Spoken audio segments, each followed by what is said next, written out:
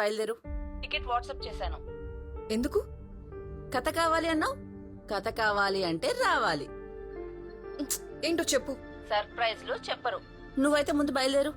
ఇగో నువ్వు వచ్చేలోపు బుక్ మొత్తం చదివే, ఓకేనా?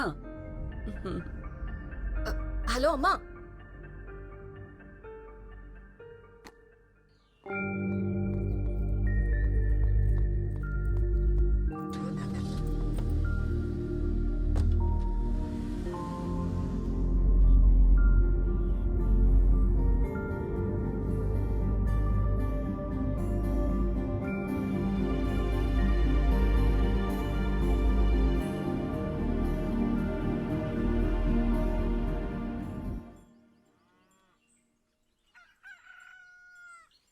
అరే దేవునికి అట్లెందుకు మొక్కినవురా?